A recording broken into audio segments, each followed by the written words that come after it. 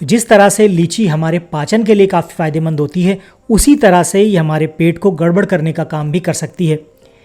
Expert कहते हैं कि अगर कोई लगातार लीची को खाता है तो इससे पेट खराब हो सकता है, डायरिया या पेट में दर्द की शिकायत हो सकती है। लीची की तासीर गर्म होती है, इसलिए ये फूड पॉइजनिंग का कारण भी बन सकती है।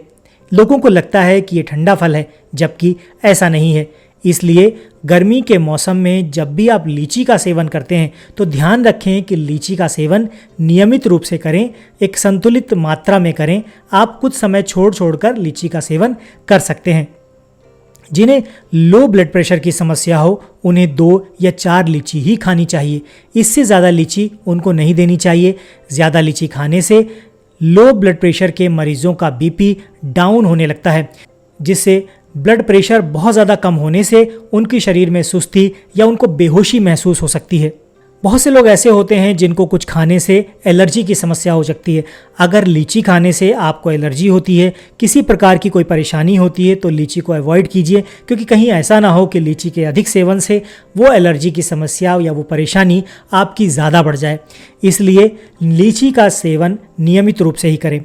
मेरा मानना ये है कि जिस मौसम में जो फल बाज़ार में उपलब्ध होता है, उस मौसम का जो फल है उसको आपको सेवन ज़रूर करना चाहिए। मान लीजिए अगर इस समय लीची का मौसम है या इस समय आम का मौसम है, तो आपको इस मौसम में आम का सेवन ज़रूर करना चाहिए, लीची का सेवन ज़रूर करना चाहिए। कुछ समय बाद बाज़ार में आड़ू का फल आ जाएगा, कुछ समय बाद बाज़ार में आलू बुखारा का फल मिलने लगेगा। जो भी फल सीजनल होते हैं, सीज़न में जो फल उपलब्ध होते हैं, वो फल अगर आप खाएंगे तो उसमें पाए जाने वाले पौष्टिक तत्व, उसमें पाए जाने वाले सभी खनिज पदार्थ, उसमें पाए जाने वाले सभी विटामिन आपके शरीर को मिलेंगे और आपके शरीर में जो कमी होगी उनकी पूर्ति कर देंगे।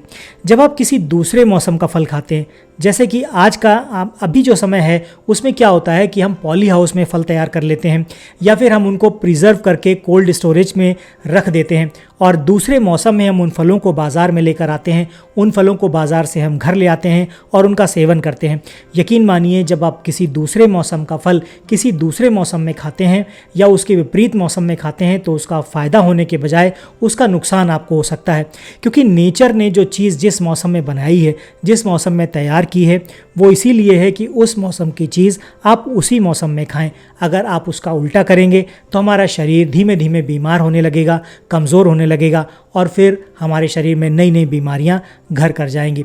इसलिए सिंपल सा आप एक नियम याद कर लीजिए कि प्रकृति जिस समय जो चीज़ देती है उसको आप अपनाइए।